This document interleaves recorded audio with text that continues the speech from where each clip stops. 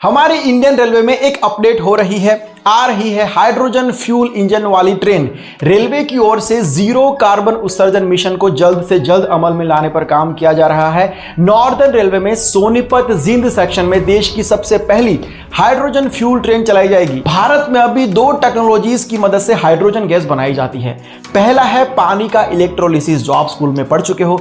दूसरा तरीका है नेचुरल गैस में से हाइड्रोजन और कार्बन को अलग किया जाता है। यह बहुत ही अच्छी बात है कि Indian railway national hydrogen energy mission को बहुत तेजी से आगे बढ़ा रही है। करोड़ों रुपए भी बचेंगे, पॉल्यूशन भी कम होगा और इस मिशन के तहत भारत को ग्रीन हाइड्रोजन के फील्ड में ग्लोबल हब बनाने का टारगेट सेट किया जा रहा है। कसम से सुनकर बड़ा अच्छा लगा, लेकिन फिर बाद में पेट्रोल की तरह हाइड्रोजन का दाम तो नहीं बढ़ा देंगे ना?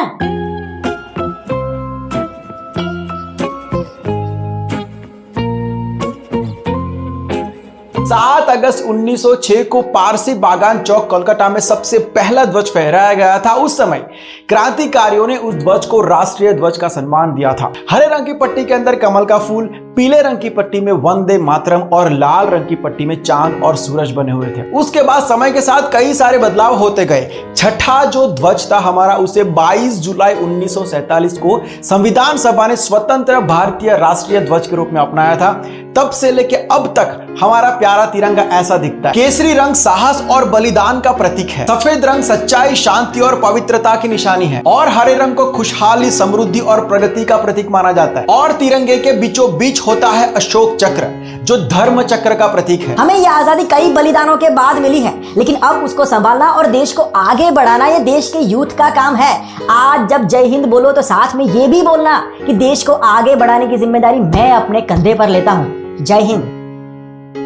शेरशाह, सबसे पहली लाइन यही बोलना चाहूंगा कि इस फिल्म को मिस मत करना। कैप्टन विक्रम बत्रा साहब की स्टोरी मैंने आपको पहले भी बताई थी। सिर्फ नाम से नहीं, काम से भी शेर थे हमारे विक्रम साहब। फिल्म की बात करें तो सिद्धार्थ मल्होत्रा ने अब तक का बेस्ट परफॉर्मेंस दिया है। किरदार के साथ कुछ ऐसे जुड़ गए हैं कि आप भूल जाओगे कि ये सिद्धार्थ मल्होत्रा है। डायरेक्टर साहब विष्णुवर्धन जी की भी जितनी तारीफ करो उतनी कम है। कियारा आडवाणी से लेकर हर एक कलाकार ने फिल्म को बिल्कुल रियल सा बना दिया है यार। कारगिल वॉर को हिंदुस्तान कभी नहीं भूल सकता है। 26 जुलाई 1999 को हमारे जवानों ने पाकिस्तानी सेना को यहां से खदेड़ दिया था। इस दिवस को कारगिल विजय दिवस के तौर पर मनाया जाता है। 527 जवानों ने अपने प्राणों की आहुति दी थी हमारी ही जमीन वापस लेने के लिए। देश के हर एक बच्चे को the hero captain Vikram Batra साहब की जिंदगी को जानना ही चाहिए। फिर से कह रहा हूं, इस फिल्म को मिस मत करना।